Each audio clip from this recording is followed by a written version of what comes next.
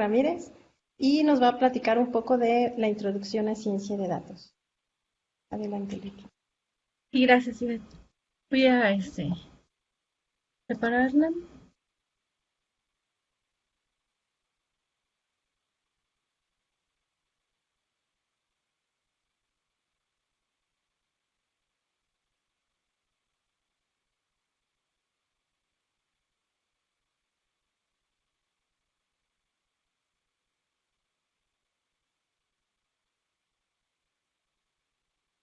Uy, bueno. Mi plática es introductoria sobre la ciencia de datos. Y en particular no lo podemos desligar de un concepto que se llama Big Data. Antes que comenzar, quisiera darles las gracias pues a Ivette, que ha sido coordinadora, o elemento fundamental para que ahora tengamos este evento, a todo el equipo del CIMAT técnico, porque sí ha sido un reto utilizar toda esta nueva tecnología, y a voluntarios como otros participantes, bueno, de universidades en México. Ustedes también por asistir, muchas gracias. El Big Data, en realidad y ciencia de datos, se, se relaciona mucho con grandes oportunidades, pero también grandes retos. Y el concepto de Big Data pues ha sido como que muy de moda en los últimos años, pero en realidad su origen data en los 90. Lo utilizó por primera vez John Massey en una conferencia, no fue en un paper, en donde lo utilizó y quiso englobar en este nombre Big Data como la nueva cosa que iba a hacer que la computación siguiera avanzando. Sobre todo surge en este ámbito, en la computación, pero trasciende a otras áreas. En realidad, cuando ustedes les preguntan a diferentes profesionales qué es Big Data, cada uno seguramente va a venir con una respuesta diferente, porque desde nuestros propios puntos de vista tenemos una concepción de Big Data. Es un concepto con el que nos topamos en diferentes áreas del conocimiento, porque ahora somos muy ricos en datos y la forma de abordar los retos que manejar esos datos nos representa, pues en realidad lo tenemos que enfrentar desde nuestras diferentes áreas. Entonces, Big Data ya no es un problema nada más de ciencias de la computación. Y que como ha ido evolucionando en las áreas, también ha ido evolucionando su concepción. Entonces, es un concepto que todavía está evolucionando, pero que en el que detrás de él está, bueno, pues estas olas de transformación digital que nos permiten acceder a muchos datos y sobre todo también la evolución científica y metodológica que lo debe acompañar para poder analizar estos datos. Una definición inicial de Big Data la da Cheng en el 2014 y simplemente se refiere a que es un conjunto de datos que es tan grande o complejo que no puede ser percibido, adquirido, gestionado y procesado con tecnologías tradicionales. Sin embargo, esta definición en realidad ahora queda algo corta. Big Data es más que eso y lo vamos a ver conforme evolucione en esta plática. La ciencia de datos, por otro lado, se concibe como un conjunto de principios, problemas, algoritmos y procesos para extraer patrones de Big Data. Entonces son dos conceptos que vienen muy mano a mano. Data Science, entonces, es una forma de analizar, de lidiar con grandes bases de datos o Big Data. De hecho, pues no, esta es una representación de lo que una persona comúnmente tendría por Big Data. ¿Qué es? Bueno, Big Data es como que este flujo de información al que ahora tenemos acceso, y Data Science trata de capturar esa riqueza para transformarla en algo que no sea útil. Big Data normalmente se definía con 4 Bs. ¿Qué es Big Data? Bueno, pues tiene 4 cualidades y son 4 Bs en inglés y en español. La primera tiene que ver con el volumen y esa es la cualidad que es la más asociada a Big Data, grandes bases de datos. Se refiere a la cantidad de información que se tiene. Que a veces, bueno, hay que hacer la distinción entre la información y bases de datos. A veces una base de datos puede ser muy grande y la información no necesariamente puede crecer en forma tan asociada al tamaño o lineal, digamos, ¿no? Entonces, lo que siempre se espera es adquirir mucha información si tenemos muchos datos, pero a veces esto no es posible. Y bueno, eso es el tipo de otros problemas con los que enfrentamos, por ejemplo, en el área de estadística y también computación. Entonces, bueno, por un momento pongamos que Big Data nos permite el acceso a grandes volúmenes o gran cantidad de información y que puede ser tan grande que, bueno, que ya no podemos manejarlas con metodología básica, ¿no? No tenemos una base de datos que, por ejemplo, antes se manejaba fácilmente en Excel hace unos 20 años. Ahora se tienen que utilizar otro tipo de tecnología para poder acceder, procesarla, analizarla, visualizarla. Por ejemplo, Facebook, bueno, son fuentes de información también a las que ahora podemos acceder, las que se tienen de alguna manera, Facebook es un repositorio mundial de las contribuciones que los individuos hacemos. Y por ejemplo, ahora tenemos, se tienen más de 250.000 millones de fotografías. Ahora, las fotografías son una fuente de información, no son una base de datos, y el Big Data también tiene que ver con esta diversidad en fuentes de información. Algunas estructuradas, como las bases de datos que nosotros conocíamos hace unos 15, 20 años, o pueden ser no estructuradas como fotografías o, mm, o sonido, ¿no? Pues, records de sonido. También existen otras plataformas como Weather Underground, que también con la participación de muchos individuos, pues pueden recabar información, por ejemplo, de variables atmosféricas. En Estados Unidos, la participación con Weather Underground es muy grande. Se tienen 250.000 estaciones al menos y generan entonces diariamente 132 lecturas, tan solo 132 mil millones de lecturas solo de temperatura. La tercera, la segunda B, es la que se relaciona con la velocidad y se asocia con la cantidad de información que se genera por unidad de tiempo. O sea, no solamente se genera mucha información, o sea, se generan muchas bases de datos, sino que también lo que se genera es que lo que se tiene es que se hace muy rápidamente. Por ejemplo, cada minuto los usuarios de YouTube suben 72 horas de video y esto cada vez va incrementando. Las transacciones en Estados Unidos hay al menos 100.000. Las búsquedas del Google reciben al menos más de 2 millones de consultas por minuto. Y en Facebook, las contribuciones que hacemos todos los usuarios son de 250.000 nuevas fotografías cada minuto, al menos. Esto obviamente es un fenómeno que va a seguir creciendo conforme la penetración del Internet aumente en todos los rincones del planeta. Este mapa representa la penetración codificada según rangos de uso de Internet en los países para el 2003. Entonces, bueno, pues por ejemplo, vemos que México entonces tenía entre 40 y 60%, mientras que Estados Unidos tenía entre un 80 y un 10%. Pero otros lugares, por ejemplo, la parte sur de Asia, como India, pues tan solo tenía entre 0 y el 20%.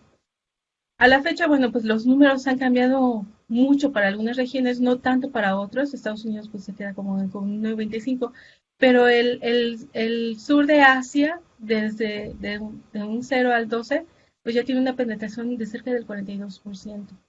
Entonces, este fenómeno en el que todos contribuimos con información, por ejemplo en Facebook, o por ejemplo incluso de nuestros celulares, cada vez va a ir creciendo.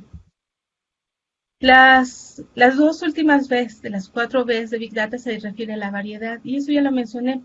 Es un poco el hecho de que la información no está presente siempre con bases estructuradas, renglones y columnas, sino que pueden estar presentes en formas más complejas, como video y sonido. También imágenes, y cada vez como las imágenes tienen mayor resolución, pues en realidad se vuelven cada vez más ricas, más pesadas, dan mayor resolución, dan mayor información. Y el otro tiene que ver con la veracidad. Ese es un fenómeno que sí tenemos que tomar en cuenta.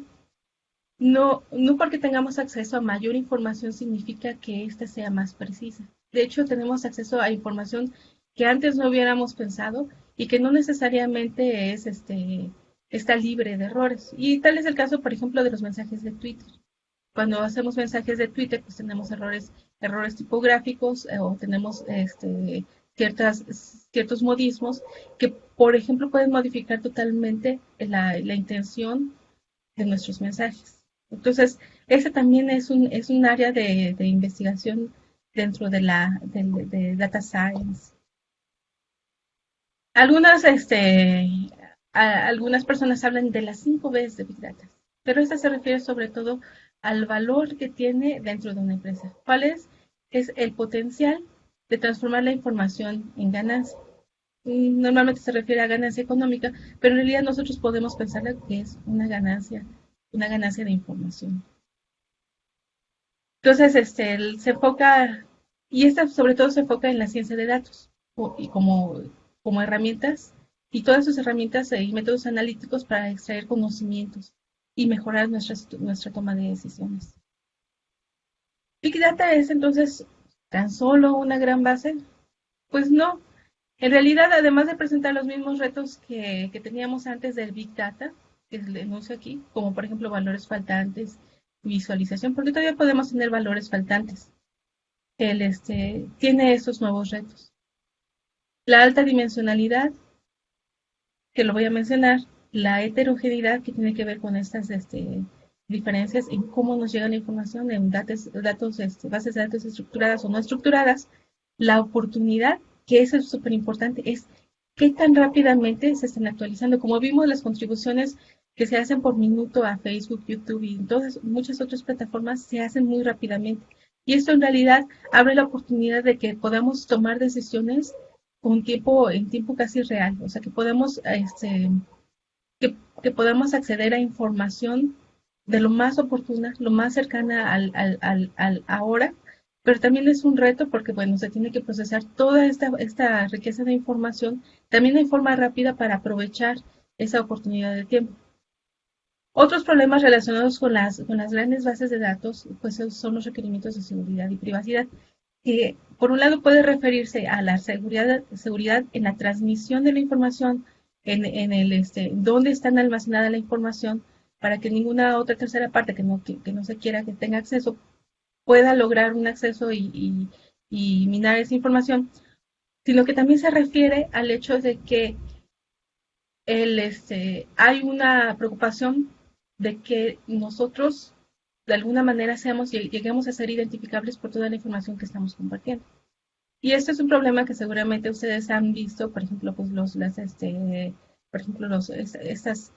esos problemas que ha tenido Facebook, bueno, de que hay personas que están preocupadas, bueno, de que toda la información toda la información que comparte pueda hacerlos en algún momento identificables, violando sus derechos de privacidad. Las partes de Data Science, estas son como que las 4 partes más importantes, pero bueno, todavía está la definición del problema, ¿no? Como que sería como un primer inciso. Pero aquí de número desde este inciso, de este número 1. Primero está el proceso o el problema de gestión de información, o el data pipeline, que es básicamente la adquisición y el almacenamiento. Como se tienen grandes bases de información, pues entonces se tiene que resolver el problema de adquirirlo, gestionarlo, almacenarlo y después transmitirlo, es poder acceder rápidamente a esa fuente de información. Esto tiene que ver más que nada con problemas computacionales y ha dado origen a muchos otros recursos que les voy a mencionar. El segundo es la preparación. Aunque los datos se gestionan o se obtienen a través de tecnologías, aún así muchas veces requieren la limpieza y la adecuación de la información, sobre todo la adecuación de la información que les voy a mencionar. En tercer lugar está el análisis exploratorio, en el que es una parte muy importante del análisis y que consta o comprende la visualización y la obtención de estadísticas principales. De hecho, es tan importante que el minicurso que vamos a tener más tarde va a tener que ver con la visualización.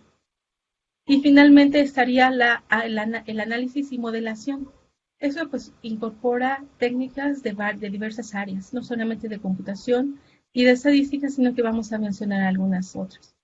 Entonces voy a pasar a describir estas cuatro partes del análisis de datos en forma un poco más puntual. El primero, que era la gestión de información, el pipeline, les decía que esto ha dado origen a nuevas tecnologías, en las que no necesariamente pues los que hemos o participamos en el análisis de data science requerimos o necesitamos tener. O sea, estos conocimientos no los implementamos directamente nosotros y por eso ya data science tiene que ser multidisciplinario. Es un problema que no se puede atacar desde una sola, desde un solo frente, desde una sola área de investigación. Entonces, por ejemplo, las nuevas tecnologías, los data centers, el cloud computing, el Hadoop, que permite el que permite pues manejar, analizar e implementar los métodos para estas grandes bases de datos y el Internet of Things, que bueno, pues también va a estar penetrando, va a estar creciendo muchísimo también conforme el acceso al Internet crezca en forma mundial. La segunda que había mencionado es la preparación, y esta les decía pues es en parte la limpieza, que era como la limpieza que se hacía antes del data, pero sobre todo ahora el gran énfasis es en la adecuación de la información. ¿Por qué? Porque justamente si nosotros queremos analizar un problema, podemos utilizar diferentes fuentes de información. Facebook, Twitter, búsquedas en Internet, nuestras propias bases de datos o nuestras propias apps. Pero estas no necesariamente son bases tradicionales relacionadas y nosotros tenemos que modificarlas para extraer justamente la información que nosotros necesitemos en el formato que requerimos. Entonces, la adecuación de la información pues es una parte importante y que no necesariamente es una parte ya manual. Debido a la cantidad de información, pues se tienen que implementar, se tienen que estudiar, se tienen que proponer algoritmos, métodos y procedimientos como data integration, que es esta integración de datos de diferentes fuentes de información, record linkage, que tiene que ver con el identificar si es que algunos records de nuestras bases, de nuestras fuentes de información están repetidos, o missing data imputation, que es cuando justamente pues, todavía tenemos algunos datos faltantes. Nos puede parecer un poco probable que tengamos datos faltantes si es que tenemos el acceso a esta información. Pero un ejemplo muy simple es, por ejemplo, las imágenes satelitales. Las imágenes satelitales son de alta resolución, nos dan información en tiempo casi real, pero no puede recabar información si es que hay una cobertura de nubes. Entonces, donde hay nubes, pues no tenemos información. Entonces, uno de los problemas es justamente pues hacer esa predicción espacial de las variables que no son de interés. El tercer punto es el análisis exploratorio. Y les decía, bueno, pues que este es un punto fundamental. Y así como lo era en la ciencia básica, pues es un análisis que es vital para descubrir algunos patrones, anomalías o verificar si hay evidentes violaciones a las hipótesis que nosotros queremos establecer con nuestros modelos. Entonces, muchas de las cosas que utilizamos son herramientas visuales, como los diagramas típicos, el histograma, el diagrama de cajas, etcétera. También existen métodos para tratar de visualizar datos que tienen alta dimensionalidad, como los PCA o Principal Component Analysis o de Medium Polish. Pero también hay visualizaciones especiales que se tienen que realizar para poder entender la complejidad de nuestros datos. No basta con visualizarlos en el plano o en el res, porque las relaciones entre las variables pueden ser más complejas que eso. Entonces siempre vamos a tener una vista parcial y tenemos que desarrollar métodos visuales que nos permitan extraer la información o las características que queremos estudiar. Este también es un área de investigación. Finalmente, el análisis y modelación, en donde intervienen, pues ahora les decía, varias áreas de la computación, la estadística, la probabilidad y la matemática, en particular la topología, pero en realidad podríamos considerar que ya están entrando otras áreas. En la computación es muy típico, pues no solamente los métodos más tradicionales utilizados como el K-means o el KNN o los árboles de decisión, sino que en la parte de inteligencia artificial pues ha tenido un auge muy, muy fuerte como las redes neuronales, machine learning, deep learning, porque estos recursos computacionales, estos métodos requieren de muchísima información. Obviamente el acceso a grandes fuentes de información pues abre la puerta a que nosotros podamos implementarlos y han dado pues resultados muy buenos, muy prometedores. Todavía hay cosas que hacer ahí, porque bueno, los esfuerzos ahora son en tratar de formalizar muchas cosas dentro de estos métodos, pero son muy prometedores. En la estadística, pues está el análisis de datos de alta dimensión. Usualmente los métodos estadísticos tenían que ver, por ejemplo, cuando hablábamos del teorema central del límite, hablábamos que n tendía a infinito. Entonces, x barra o el promedio tiende a una distribución gaussiana, pero el problema que ahora tenemos es que la n no es grande. Quien es grande es el número de variables y ese es el problema de la n mucho menor que p. Ese se refiere o nos referimos a este problema de esta forma. Y entonces, pues los métodos estadísticos que se habían desarrollado hasta hace 20 años, pues en realidad no tenían este nuevo problema contemplado. Entonces, hay métodos que se implementa, por ejemplo, para abordar el problema de alta dimensión, como la selección la selección del modelo, como Rich Regression o Lazo. Y también hay métodos para hacer más eficientes la inferencia o la predicción. Entonces, esto se basa en métodos, por ejemplo, no paramétricos como el submuestreo y otros como el divide and conquer. La parte de inferencia, pues MCMC también se ha aplicado muchísimo en problemas en los que las áreas de investigación nos hemos topado y es también un área de oportunidad para la estadística no paramétrica que requiere justamente mucha información. En la probabilidad, bueno, por mencionar dos partes, pues ha tenido una gran, una área en la que se ha aplicado con muchísimo potencial en las grandes bases de datos al utilizar teoría de matrices y grafos aleatorios. Entonces, este es un área muy particular, pero en realidad influye en todas las demás áreas, en particular en estadística y estadística con computación. Y bueno, en realidad todas estas áreas están interrelacionadas en este tema. La topología, el Topological Data Analysis, TDA, pues en realidad es una intersección de diferentes áreas de la matemática y que justamente pues todavía está creciendo, que busca extraer la información más este, importante de los datos y que tampoco es evidente al ojo humano, ¿no? Por ejemplo, cuando el cerebro humano es muy bueno para tratar de identificar patrones, pero tiene un límite. Entonces, TDA, que desborda o rebasa el límite de nuestro propio cerebro para tratar de identificar patrones. Las aplicaciones de Big Data, pues las menciono rápidamente. Por ejemplo, algunas. En el análisis de redes, pues está la detección de grupos, el, la detección de comunidades y predicciones con Machine Learning, como comentaba, que se utiliza mucho, y la detección de topologías, ¿no? Entonces, eh, los problemas de redes en realidad llegan a ser Big Data gracias al acceso a información por ejemplo, que nos permiten las tecnologías. Este es el caso, por ejemplo, de Twitter en el tema de la confrontación entre Israel y Gaza. Y obviamente este mapa pues sería mucho más caótico si es que nosotros decidiéramos poner cada uno de los vértices que son los usuarios en forma totalmente aleatoria. Entonces, gracias a métodos, por ejemplo, de identificación de comunidades, pues al menos nos ayuda a visualizar algunas de las características principales de estos datos que son extremadamente complejos.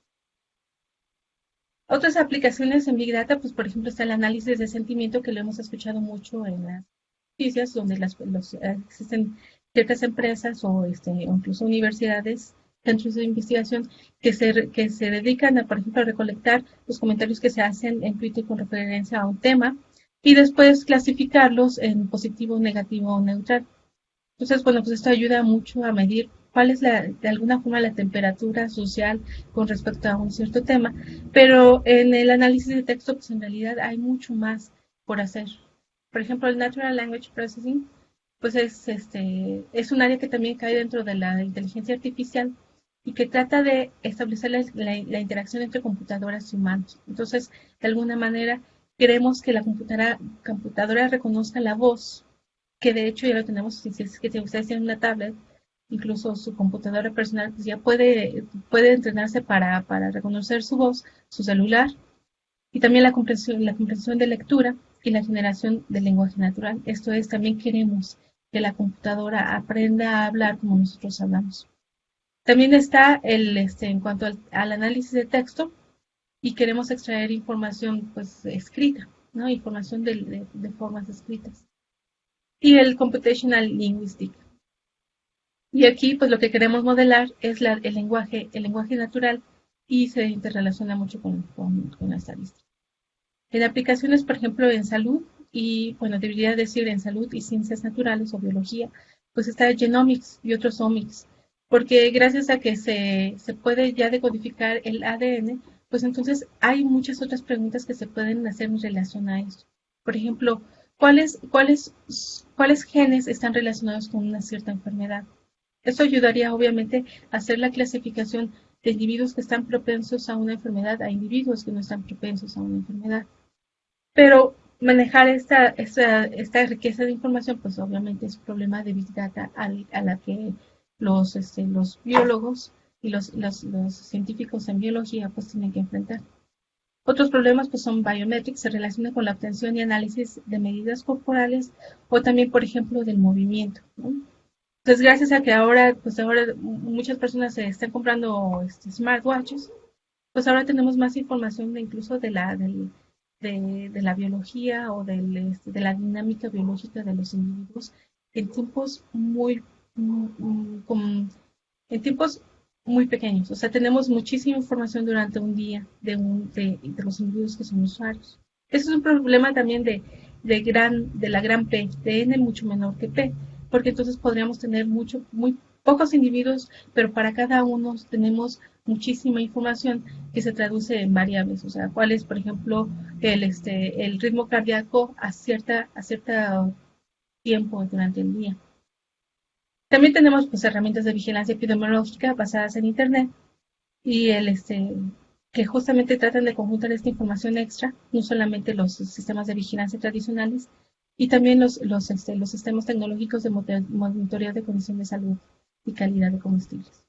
Hasta hace algunos años fue muy sonada la noticia pues del desarrollo de una tecnología de Julián Ríos y Antonio Torres, que buscaba crear un brasier que fuera capaz de identificar la posible aparición de cáncer de seno. Entonces, esto en realidad, pues les digo, abre y utilizaba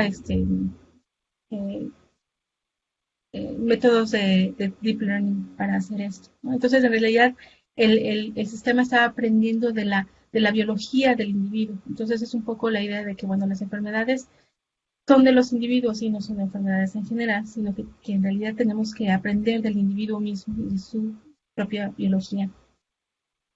Otras aplicaciones de Big Data, pues en ciencias ambientales, les mencionaba esto un poco, la predicción basada en información satelital.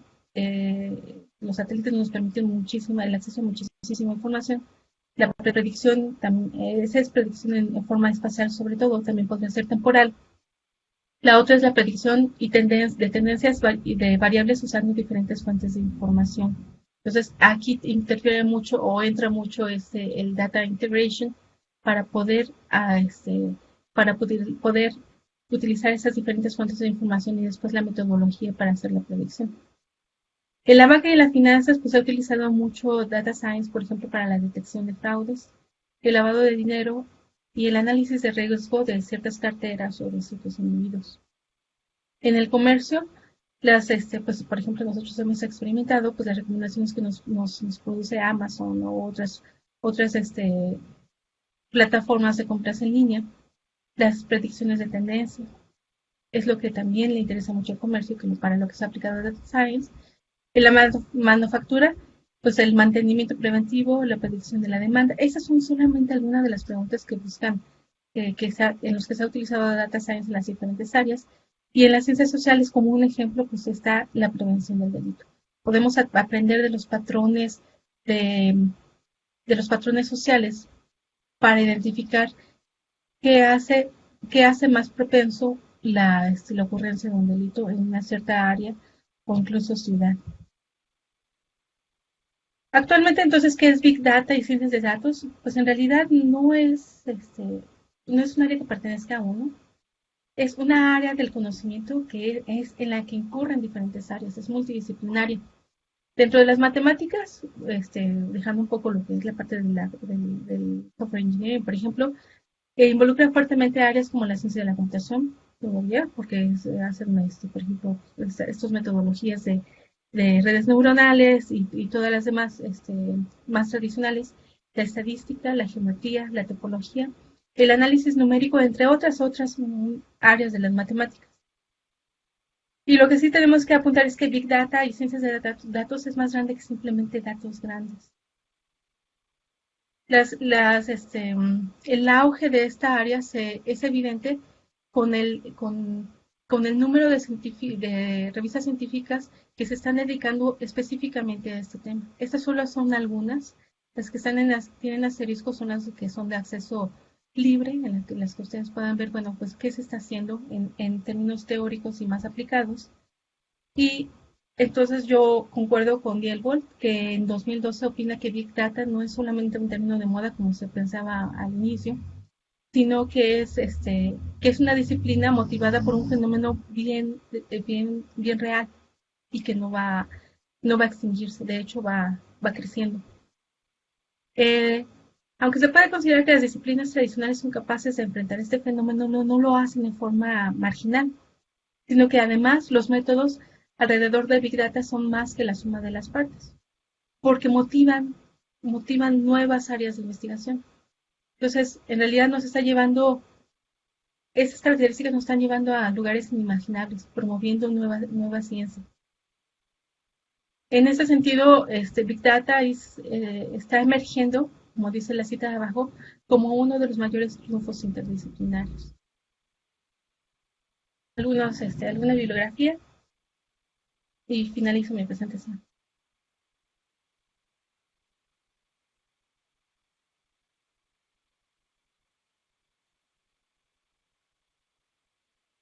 Muchísimas gracias, Leti. Creo que tenemos tiempo para que se hagan un par de preguntas en Facebook, si alguien quiere hacer alguna pregunta.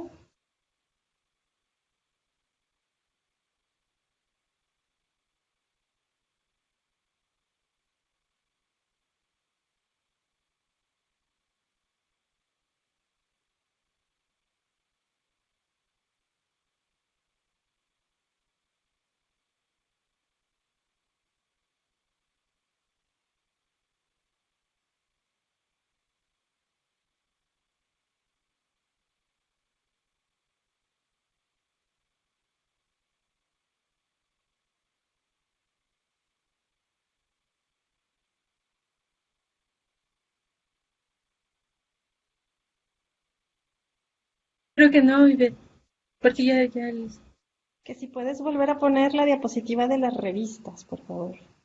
sí, claro. Es que tenemos un desfase grande en Facebook, entonces nada más permítanos ir leyendo para irlas poniendo.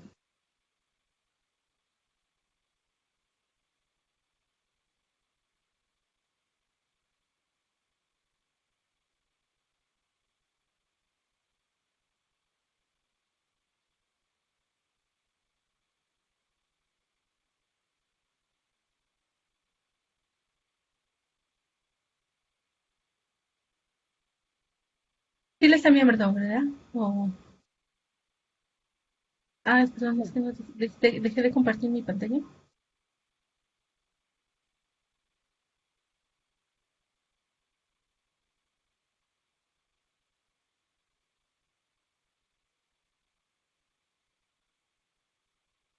Noli Velázquez pregunta, ¿cuál es la mejor estrategia para aprender Big Data? Yo creo que primero es identificando un problema que sea de interés. Las preguntas que se pueden resolver o que aborda Big Data son diversas. Entonces yo recomendaría, bueno, que identificaras el problema que quieres trabajar y a partir de eso, pues entonces recopilar, bueno, los métodos y las tecnologías que se han estudiado para resolver ese problema. Ok, gracias. Otra pregunta es si en CIMAD existe la maestría en ciencia de datos. No existe la maestría, se va a crear como licenciatura, pero los alumnos tienen capacidades para poder abordar ciencia de datos, ¿no? Dentro de los programas, pues existen también materias optativas que se pueden tomar dentro de las otras áreas, ¿no? Entonces, en realidad sí es, aunque formalmente no está especificada como una maestría en ciencia de datos, puede dársele el perfil que es de esta, ¿no? Otra pregunta es, ¿en qué momento, hablando de la cantidad de datos, se podría decir que es conveniente utilizar métodos o técnicas de Big Data? No existe un número definido en sí, sino que cuando, por ejemplo, tú ya empiezas a tener problemas para analizar los datos con métodos tradicionales, entonces ya estás entrando en Big Data. Si tú quieres hacer Deep Learning, necesitas utilizar Big Data, porque definitivamente son recursos que necesitan grandes fuentes de información. Pero no existe un número definido en el que uno diga, bueno, yo estoy haciendo, si mi base de datos es de tal tamaño, ya hago Big Data. Sino más bien es por los recursos y los métodos que tienes que estar utilizando o incluso innovando. Otra pregunta, ¿qué implicaciones tiene Big Data en la educación? ¿Qué deberíamos implementar o favorecer para acercar a la gente a esta disciplina? Yo creo que se puede motivar mucho por las aplicaciones que hay. Y yo creo que es muy fácil ver que en realidad todos pues, estamos ahora contribuyendo con muchísima información. Entonces podemos aprender de nosotros mismos como sociedad si es que aprendemos a utilizar este tipo de recursos. La cantidad de preguntas que se pueden abordar son muchísimas. El reto pues es justamente tratar de extraer la información, ahora sí, información de estas fuentes de datos, ¿no? Entonces yo creo que es una gran motivación si se puede decir qué preguntas podrían contestarse o se pueden contestar o se han contestado con Big Data. Ok, creo que la última pregunta, si en CIMAD hay algún grupo de trabajo relacionado a la biología, conservación o ecología.